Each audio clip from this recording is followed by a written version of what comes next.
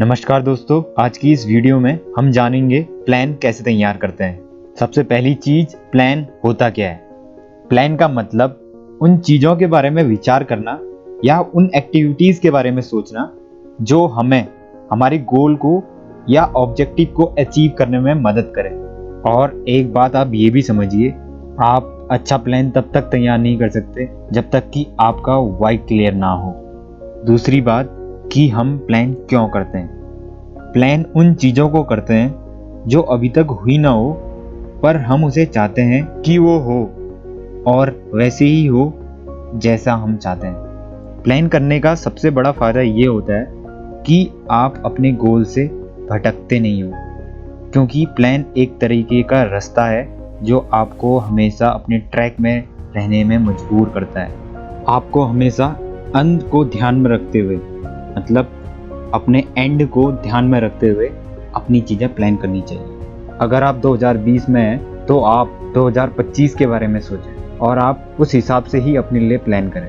इस चीज़ को समझिए, अगर किसी भी काम का कॉन्सिक्वेंस अगर अच्छा है, मतलब एंड में वो आपको नुकसान नहीं देगी, तो चाहे आपको उस काम को करने में अभी कितनी भी कठिनाई या दुख क्यों ना हो, आपको वो काम करना चाहिए। क्योंकि कोई भी चीज़ ऐसे ही काम करती है।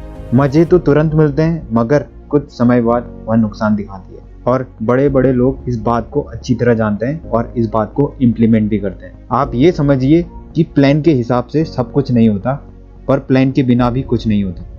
आइए अब हम ये जानते हैं कि हमें किसी भी काम को कैसे प्लान करना चाहिए। किसी भी काम को करने से पहले ये 5 चीज़ें आपको मालूम होनी चाहिए। पहली चीज़ कि काम को किस तरह से, किसके साथ और कब शुरू किया जाएगा।